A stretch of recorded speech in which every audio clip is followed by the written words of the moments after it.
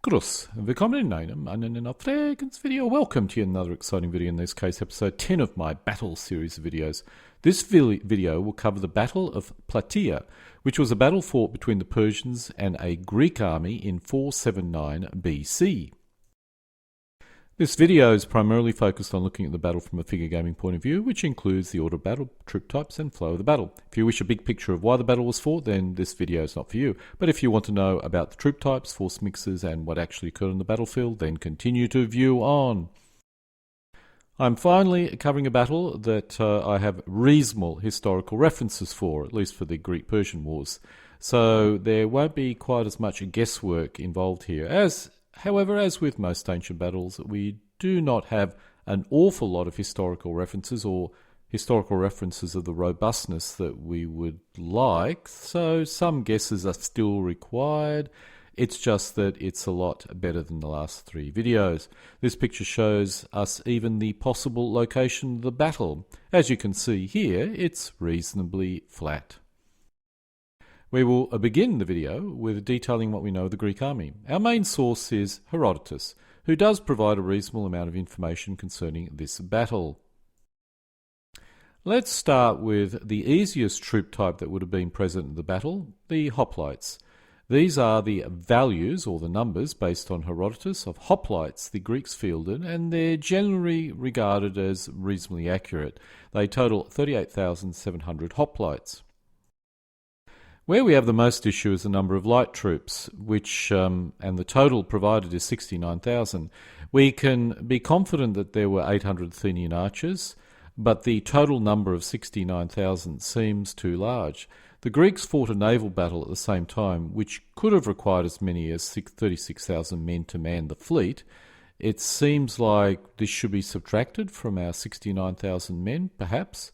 The other modification that we could consider is the helots, which was stated as 7 per hoplites. Most historians feel most were used for logistic purposes rather than actually supporting the battle itself, so may not have actually been involved in the fighting. I'm uncertain what the actual number should be. Considering the size of the Persian army, I suspect there were a reasonable number of supporting light troops, but I really have no idea how many. If the Athenians sent 8,000 hoplites and 800 archers, perhaps the other Greeks had a similar ratio. Thus we could field perhaps 3,600 high-quality skirmishers, but I'm sure they would have been supported by a large number of lower-quality skirmishers. Let's look at some games which have simulated the battle, and we'll start with lost battles. When we look at lost battles, we can possibly see some numbers that allow us to get some idea of the size of or the number of light troops used at the battle. Using the hoplites as our guide, we are looking at about 2,400 archers and 4,800 helots, according to lost battle. This does seem rather low, and maybe there's too many archers, but this could be a reasonable number to work with.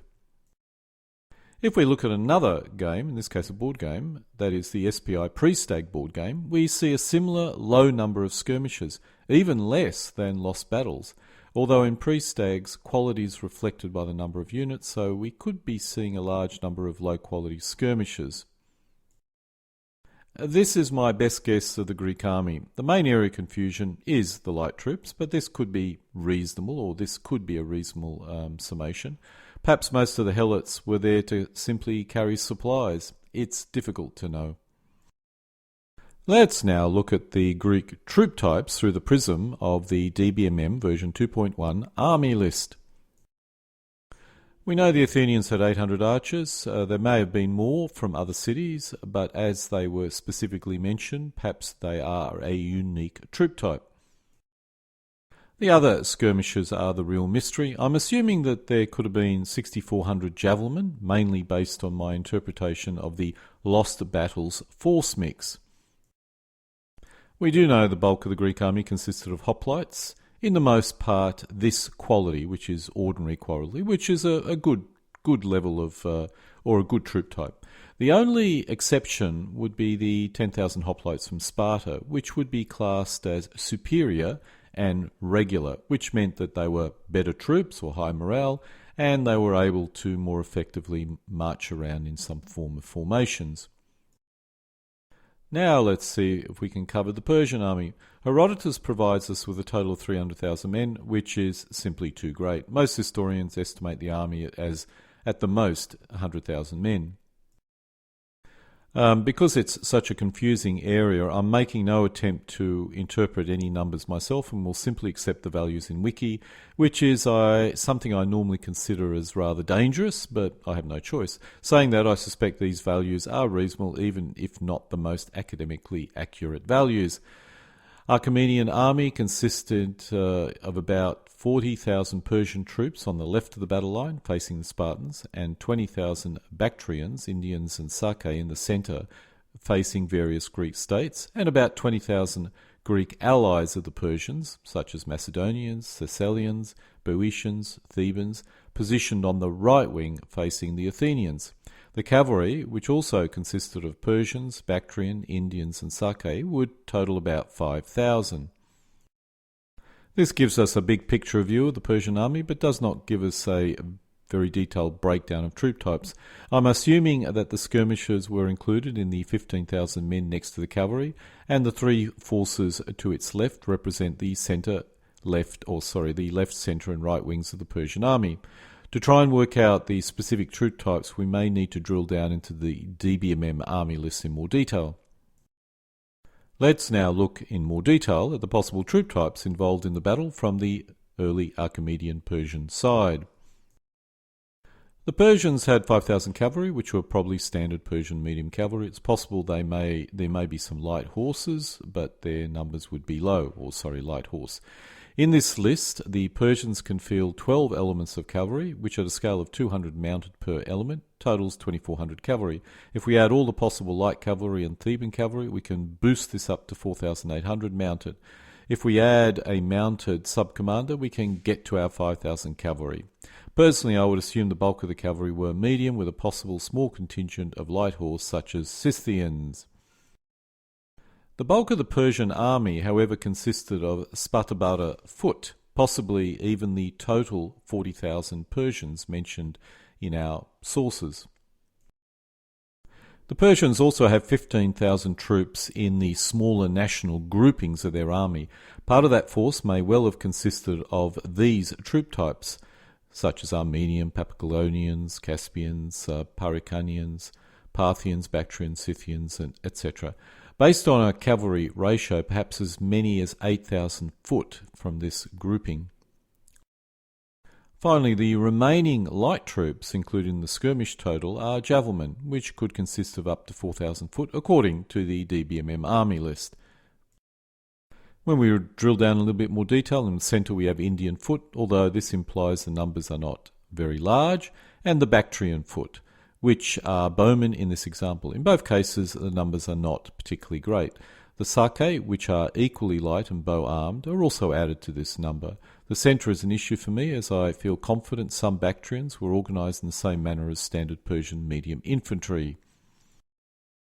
On the right wing, we have our 20,000 Greek allies, which would be a mix of this troop types, which primarily would consist of Thebans, Thessalians, probably some Ionians, etc.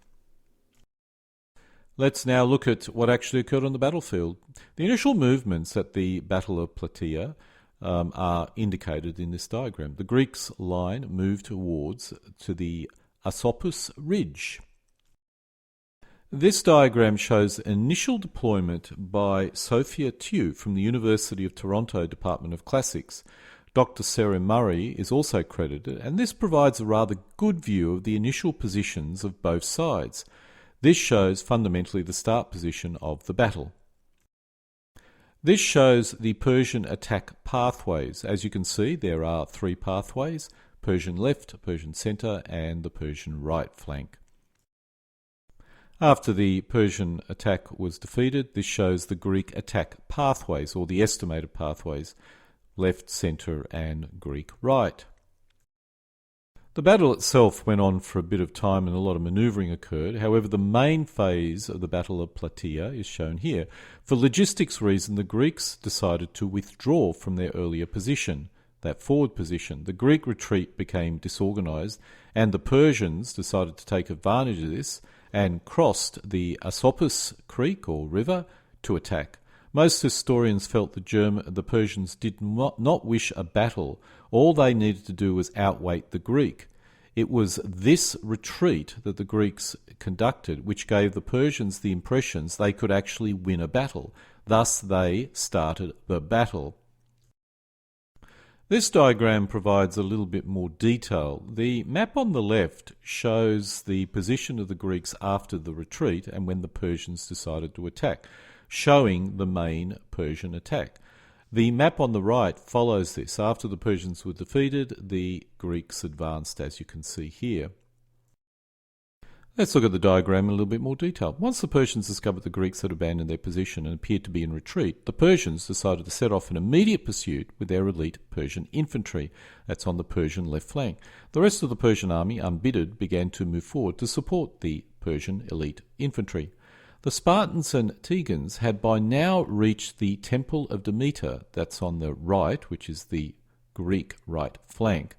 The rearguard, under pressure from the Persians, began to withdraw from a defensive ridge position. Basically, the Spartans and Tegans were beginning to get into a lot of trouble. At the same time, the Athenians on the left had been engaged by the Theban phalanx and were unable to assist the Spartans. The Spartans and Tegans were first assaulted by Persian cavalry, while the Persian infantry made their way forward. The Persian infantry then planted their shields and began shooting arrows at the Greek, while the cavalry withdrew. After waiting for a while under the Persian arrow fire, the Spartans advanced and charged the Persian line. That's on the Greek right flank. The numerically superior Persian infantry were of the heavy, by Persian standard, Spartabara formation type, but this was still much lighter than the Greek phalanx. The fight was fierce and long, but the Greek, that is the Spartans and Tegans, continued to push into the Persian lines. The Persians tried to break off the Greeks' spears by grabbing hold of them, but the Greeks responded by switching to swords. When the Persian commander was killed by the Spartans, the Persian line began to collapse. On the opposite side of the battlefield, the Athenians had triumphed in their tough battle against the Thebans. The Thebans withdrew in a different direction and avoided heavy losses as a result. I'm uncertain what occurred in the centre. According to this map, the centre advanced against the Persians as rapidly as the Spartans. I suspect this advance occurred after the Spartans and only after the collapse of the Persian overall line. When I look at a lot of these maps, the width of the battlefield is interesting.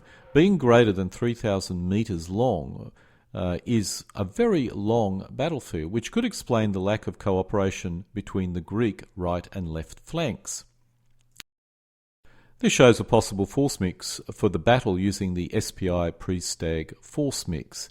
This has been converted into a DBMM troop types and using the DBMM army list, and could be used for a DBMM game.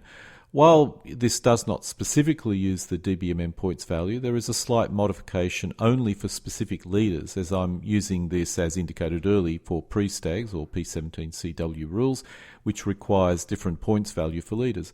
But this only changes the points values of the leaders by a few points. So you could use this for a pure DBMM game. As you can see here, the size is only about 280 points versus 285 points, which is actually a reasonably small battle by DBMM standards. I scaled it down accordingly to make it this small. And so this completes episode 10 of my military history video series, covering another battle of the Greek-Persian War, in this case the Battle of Plataea. Alle guten Dinge, kommen zu einem Ende.